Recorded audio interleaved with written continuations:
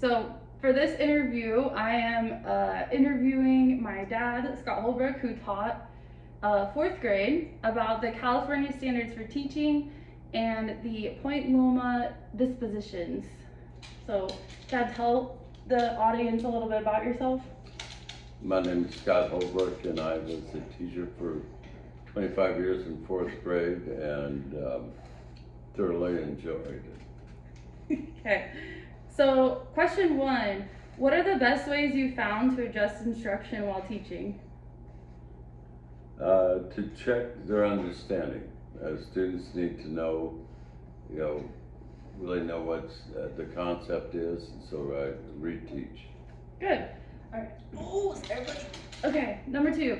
What are your favorite ways to promote critical thinking for your students, and do you have a few specific examples?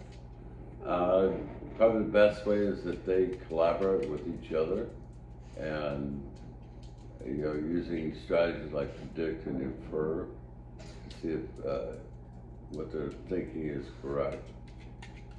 Good. All right, question three. After developing and communicating standards for group behavior, how do you maintain those during a lesson? I model correct behavior, have students raise their hand while they speak, and revisit priorities. Good. Okay, and number four, in your classroom, how do you create learning environments that reflect diversity and inclusion? I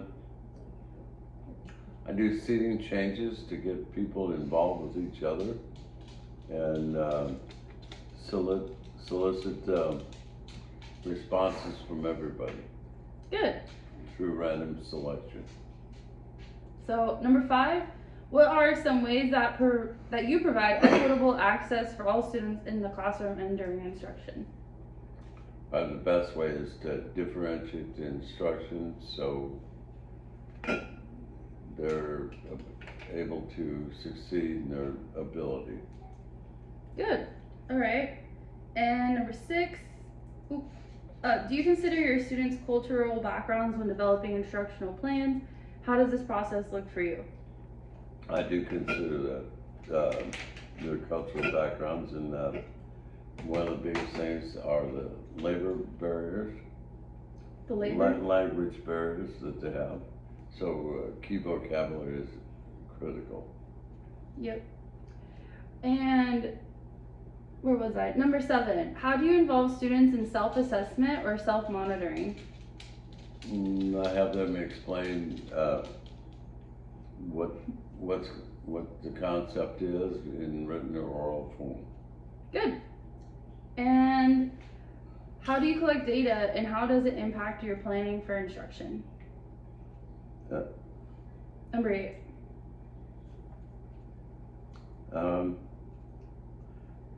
I collect data with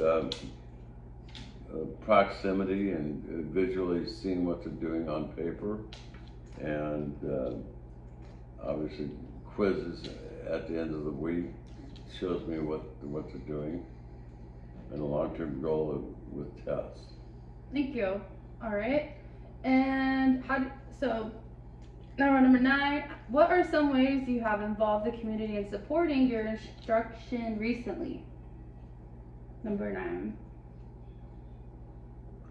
I invite volunteers to come into the classroom and participate with students during the lesson. Cool. That's a good idea. And how often do you reflect on your teaching strategies? And do you have any specific ways you reflect? I reflect often. I think teachers always reflect every day. And you evaluate if your strategies are working. If they're not, you change. Yep. And moving now to the PLNU disposition questions. The first one's about dignity and honor, number 11. How do you create a classroom culture where all students feel valued and respected regardless of their backgrounds or abilities? Best way is to model the expectation you want from the student and staying consistent with your procedures that you created at the beginning of the year. Yep. And number 12, honesty, integrity. Can you tell me a time when you had to model honesty and integrity for your students or colleagues? What was the outcome? That's a difficult one because it happens periodically, but you notice students that have done, even in not my class or other classes, have done things like finding money and giving it back. So the students are understanding. Has that happened? Did they return money to you? No. Well, that's nice. And number 13, in your experience, what's the most effective way to ensure your teaching methods are inclusive and respect the diverse needs of your students? Basically, it's when all students are achieving and you see the growth that they're having. Good. And number 15, are we on 15? No. Yeah, okay. When conflicts arise in your classroom, what's your go-to approach for resolving them and ensuring the learning environment stays positive and safe? I think if the procedures are in place, conflicts are modified to where you can handle them and be objective and remind them of what's expected in the class. Good. And number 16, how do you stay in tune with your own growth as an educator? What steps do you take when you notice areas you'd like to improve?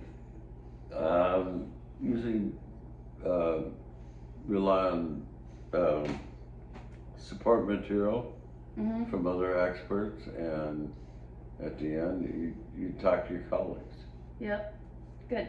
And 17, what's one of the toughest professional challenges you face and how do you push through it?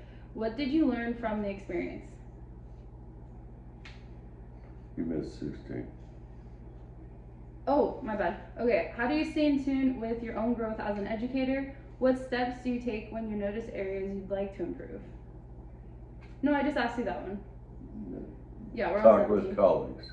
Yeah, I said that. Okay. Sorry, so 17.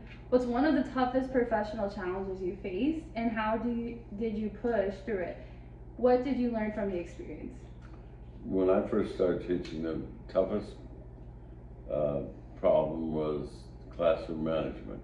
Yeah. Because my expectations were different than what I expected the kids to have. So I adjusted and remained patient with the change. Yep. And 18, how do you demonstrate hard work and responsibility in your teaching, and how do you inspire those qualities in your students? The best way is to be prepared. You know, understand ahead of time what we're going to do, and be prepared to do it. And 19, how do you handle constructive feedback? Can you share an example of a time when feedback helped you grow as a teacher?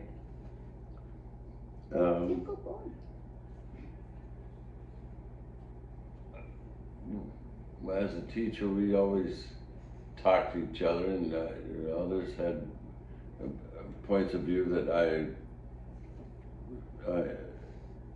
tried to implement, and it helped me. That's good. And number 20, what steps do you take to ensure every student in your classroom feels like they belong and has an equal chance to succeed? By showing respect in the way I talk to them, and knowing that it's an open environment where they can talk if they need to. A safe space. Yeah. And last but not least, how do you approach addressing and preventing issues like bullying, racism, or sexism in your classroom? Can you share an example of a situation you've handled?